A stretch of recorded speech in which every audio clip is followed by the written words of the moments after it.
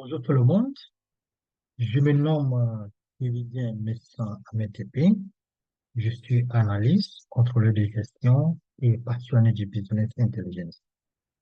Alors, aujourd'hui, dans cette vidéo, nous allons parler du pilotage de la performance. Alors, premièrement, par définition, c'est quoi piloter la performance de votre société? Piloter son entreprise consiste à lui donner évidemment un temps, à pouvoir mettre en place des plans d'action pour pouvoir atteindre l'objectif que la direction générale a fixé. Et pour cela, il est important de pouvoir s'appuyer sur des faits, des chiffres, des éléments tangibles pour l'entreprise. Mais aussi, on doit pouvoir se projeter évidemment à court terme, à moyen terme et en long terme. Donc, le pilotage aide les décideurs à prendre des décisions stratégiques, mais aussi pouvoir s'assurer des modalités de leurs applications et à vérifier leurs effets. Donc, moi, je dis toujours que la base du pilotage pour une entreprise, c'est de pouvoir connaître exactement la situation de votre entreprise à un instant. Alors, pour connaître la situation de votre entreprise à l'instant T, on est d'accord qu'on doit pouvoir analyser le passé de l'entreprise en se basant sur les chiffres, les états financiers qu'on sort.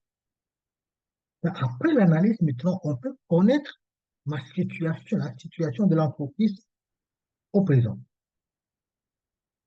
Et si on connaît le présent, on est d'accord maintenant qu'on peut se baser sur le futur, le passé du moins et le présent pour pouvoir projeter dans le futur.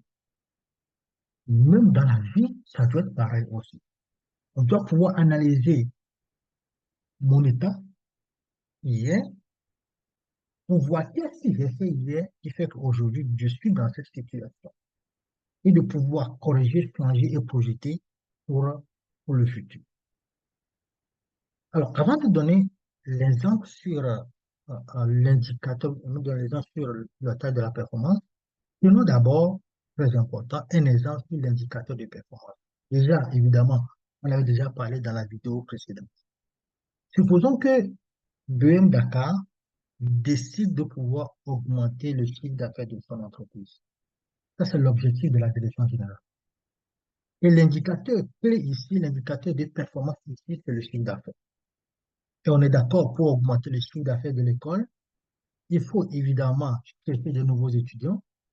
Là, on peut évidemment les pouvoir les quantifier. On doit pouvoir aussi fidéliser, par exemple, les étudiants, ce qui fait que si quelqu'un entre, disons, en première année, est-ce qu'il termine en master chez eux? On doit pouvoir aussi faire proposer des offres pour les étudiants.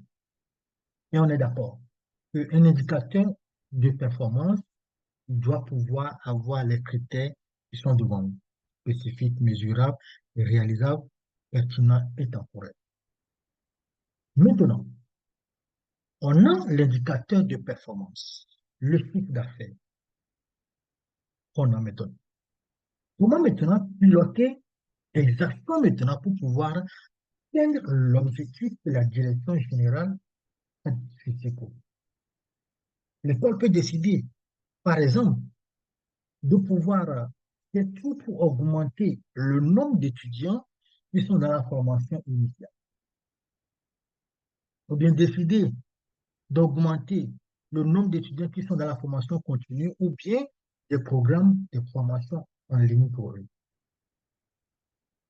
C'est en ce moment-là, maintenant que l'indicateur d'efficience entre en jeu. On a un indicateur de performance, on a piloté la performance, on a un indicateur d'efficience. L'indicateur d'efficience doit pouvoir les aider à pouvoir mettre en place des stratégies très claires. Par exemple, visiter, disons, les lycées pour pouvoir recruter les gens depuis le bac. ou bien visiter d'autres écoles.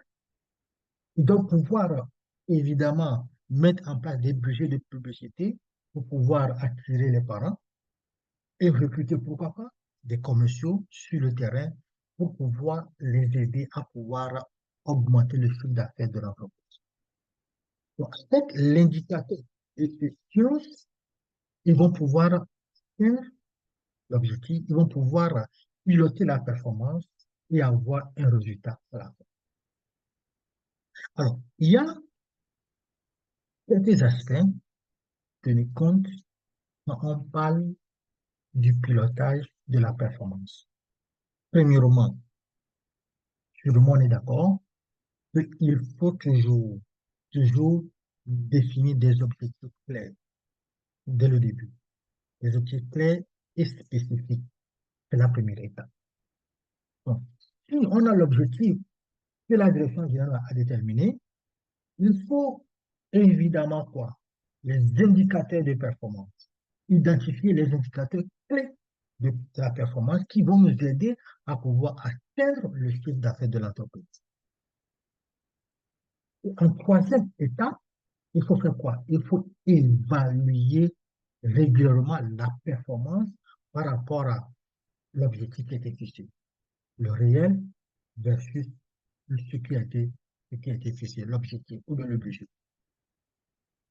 Mais on ne doit pas s'arrêter ici parce que on est d'accord que il est important de pouvoir faire des feedbacks à l'équipe ou bien à l'entreprise pour pouvoir les montrer clairement la situation. Voilà ce qu'on a fixé comme objectif. Voilà où nous en sommes actuellement. Moi, je me rappelle quand j'étais business analyst au niveau de Unilever Bureau Sénégal, il y avait une année, on était allé en Côte d'Ivoire pour pouvoir en immersion.